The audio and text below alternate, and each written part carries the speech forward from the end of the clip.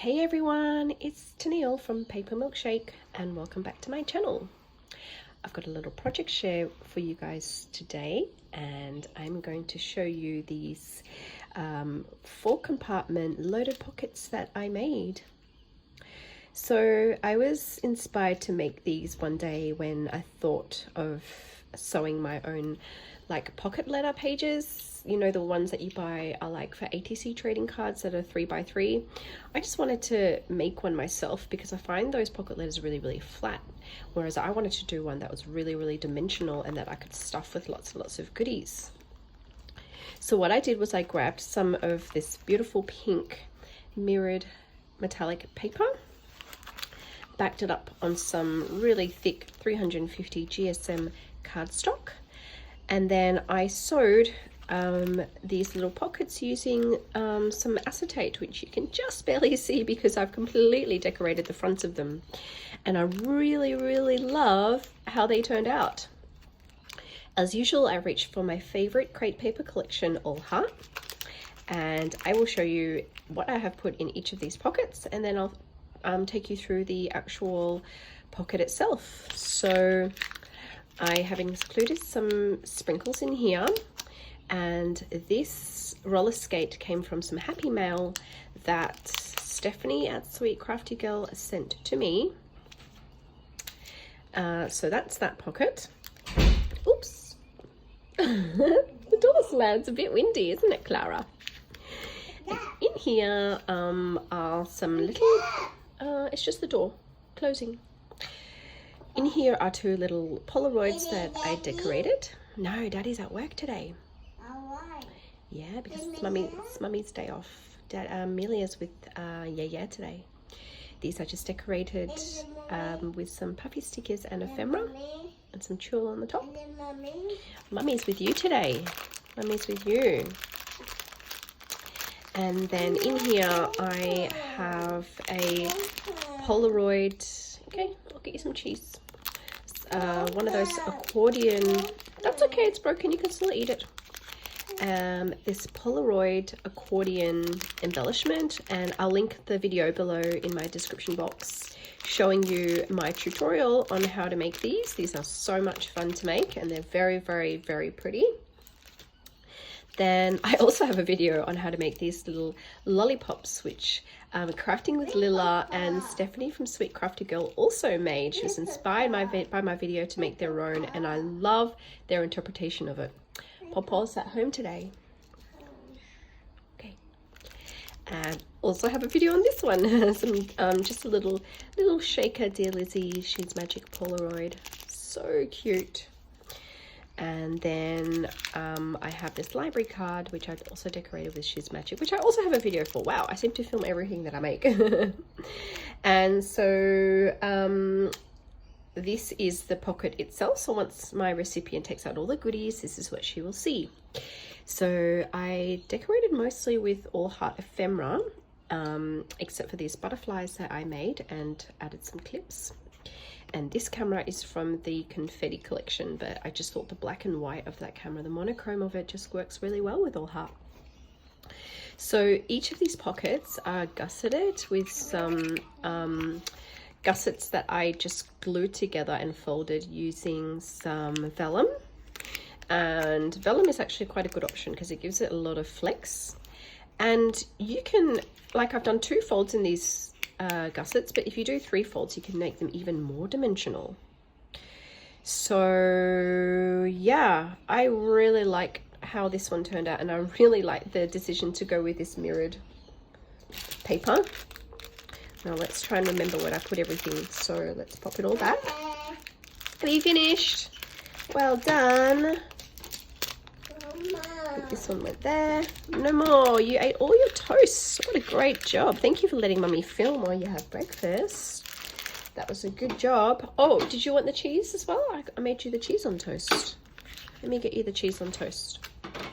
So look how cute that turns out. And these little gem stickers are just from my local Hot Bargain store, which is like the Australian version of your Dollar Spot in Canada, or Dollar Tree in America. So yeah, really pretty how that turned out.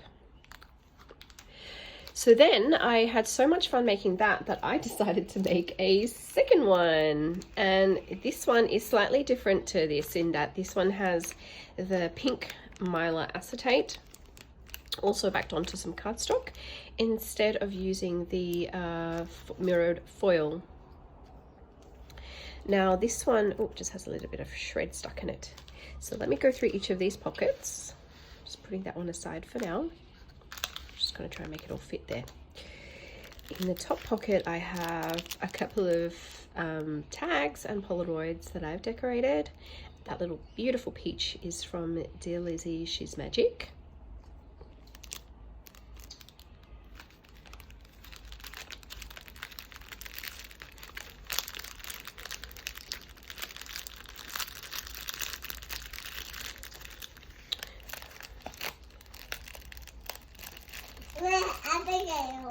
Abigail's at school today, my lovely.